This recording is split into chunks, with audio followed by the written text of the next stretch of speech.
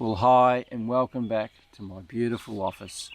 Today I want to talk about focusing systems and how they haven't been able to achieve what I want them to do with the cameras that I've owned. Now, I'm talking about my passion, the Agile Antechinus, that moves in strobe-like movements and is just super fast, especially when it goes to move forward. It just does it with an explosion of speed. Now, what I want to be able to achieve with them more than anything is action shots. So it bounds like a possum, it doesn't scamper like a mouse. And I want to capture it in midair, and other types of action shots as it lifts its front paws to jump, or as it's jumping from one position up to another.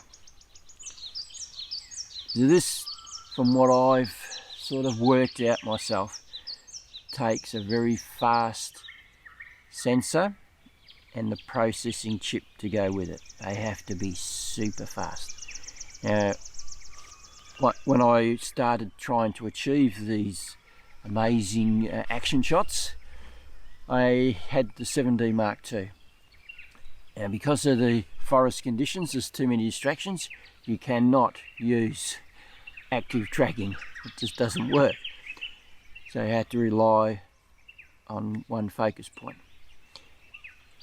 Now, the other problem I'm up against is blackout, DSLR, blackout. So I will lose my subject.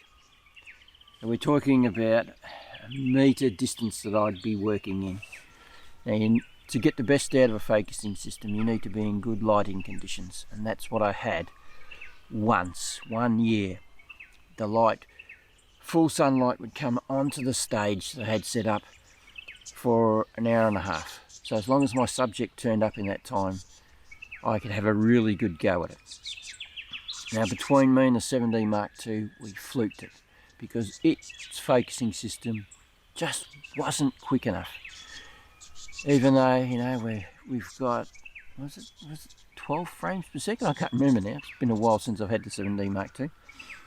And that just wasn't quick enough. But also, I'd hit the spot, I'd hit it on its head or just on its shoulder, somewhere like that, and it'd always be just out of focus. But we kept persevering, and eventually we fluked 3 beautiful shots that are in focus. The head is in focus, but they were flukes. It was just from constantly 400 photographs I took over a period of 2 months before the light wasn't any good anymore. So when the R6 come along, I thought, well, if I could fluke 3 shots, 400 images, and with the 7D Mark II, the R6 should be able to do it a lot better because it's a faster sensor speed, more improved and higher speed chip as well for the focusing system. Eye detect, no blackout, so it had a lot more going for it. So I bought it. Not just to upgrade, I did need to upgrade, but more so getting those action shots that I desperately wanted to get. Alright, so how's the R6 gone for me? Being that it has all these new features that I thought I might be able to get maybe 1 out of 100. That would be like consistent, and it would probably be me that would make the mistakes. That's what I was thinking. Alright, jury's in. I have taken 2,000 images, so I've had quite a lot of attempts over a 3 months period with not just the Agile Antechinus but the dusky Antechinus as well. So I've got nothing, and the Agile gave me so many opportunities. Very disappointed in the R6 in that department, because eye tracking would be fixed on it, and as it goes to turn, stay on it, and it'd go to move, it'd be staying on it, and I'm seeing these beautiful shots of it in the air pounding, and I'm thinking I've got some beautiful shots here, but every time slightly out of focus. Even though I've hit it on the shoulder, well, the focusing system has followed it, hit it on the shoulder or on the head, just not in focus enough. And no software can fix that. Even though it's only slightly out, I've tried all sorts of things, all the tricks and that I've learned in Photoshop. No, it's just not good enough. I want clean, beautiful, sharp looking images. So it hasn't helped me. It just hasn't helped me. 20 frames per second.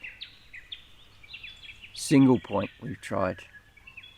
Going back to focusing, eye detect and tracking. Nothing works. Yeah, single point. No blackout. I can follow it beautifully. I'm alert and aware, staying relaxed, and I cannot achieve it. R6 cannot achieve it. Now, I've been talking about the extreme end of a focusing system. So I'm looking maybe that the stack sensors of these newer cameras coming out, Alpha 1, the Z9 and Canon's R3, possibly be the ones that would be able to give me a bit more than what I'm getting at the minute. It's just pretty much nothing. So they're something for the future, but yeah, they're terribly expensive. They're way out of my price range, and this money falls from the sky. But we'll see what happens. Now, also, just dragging the focusing system down a little touch. I am using my old EF lens that I had on the 7D Mark II, the 70-300mm L lens. Great lens, focusing system's beautiful on it and it works really well. But from what I've been hearing, the RF 100-500 does work a little bit better with the focusing. So I don't know what the percentage would be, but it's not going to be a massive amount. It might be 10 or 15% better, but that might be enough. Who knows?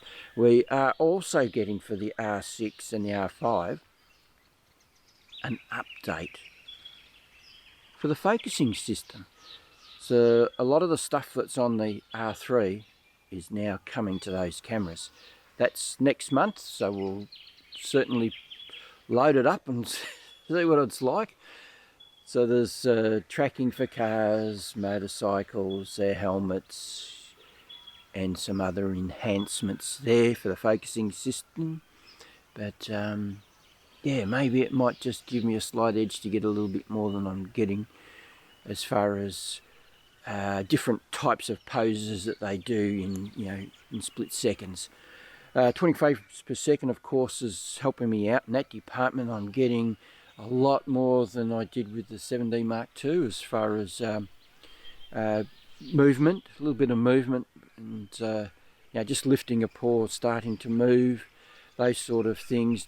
Just different poses than I haven't been able to achieve before. Mainly because my reactions aren't quick enough. But 20 frames per second is definitely helping out there. Yeah, now I have been photographing wildlife since I was a little taco. So I've learnt a hell of a lot over the years about photographing wildlife. So if you're thinking about typing in there, oh, you should do this, you should do that, forget it. I have done it all.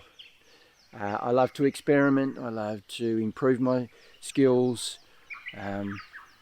So I have learned, just sort of for your benefit, that if you don't know, to freeze the action, we need a fast shutter speed.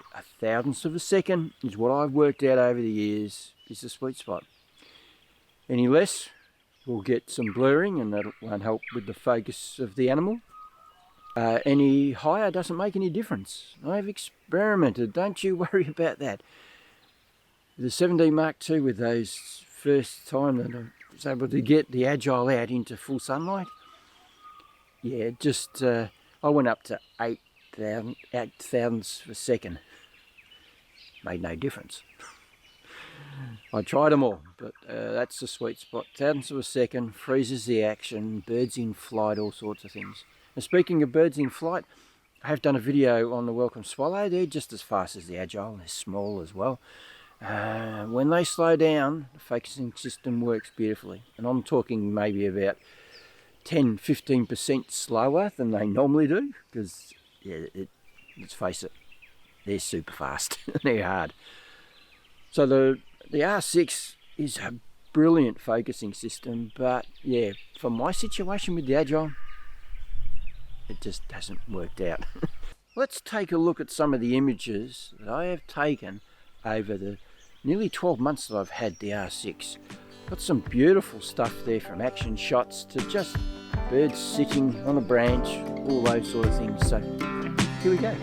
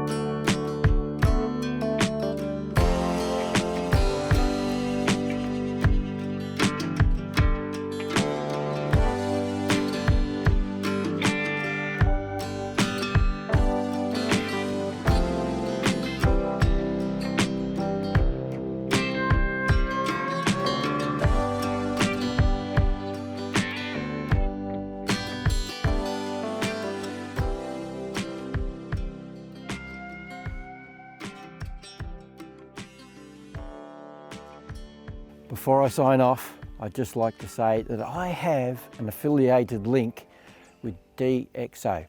So if you buy their product through my link, that'll be in the description section below the video, might throw a coin my way.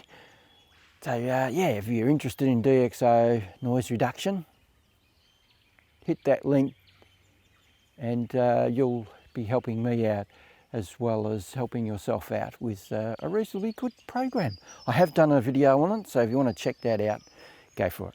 And the reason why I'm completely changed in clays, I've rewritten a lot of my script from my documentary, and I've just performed the opening speech, so fingers crossed that it's good enough to put in my documentary.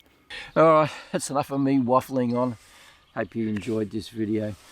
Me waffling on about what I can't achieve, and my hopes that one day a camera will turn up that's not too expensive, that I can afford, and will give me consistent shots, action shots of the Agile Antechinus. If you'd like to subscribe to my channel and get more of this amazing stuff, click on my pretty little faces stand in the bottom right hand corner of the screen. Hit the little bell, you'll get those notifications. If you like this video and you'd like to really help me out, grow my channel, just give me the thumbs up if you liked it. That would be awesome. If you want to go and have a look at all the other amazing and crazy things I've been doing in the past, click on my icon right here at the end of this video. It'll take you to my channel. It's about 200 videos there now to choose from me talking about camera stuff, to photographing and filming in a forest environment, give you some tips here and there. I go on adventures and I take you with me. So go and have a browse, there'll be something there of interest to you, I am sure. Now just remember, if you don't do, you don't get. So get out there and start photographing and filming wildlife, and I'll catch you on the next one. Bye.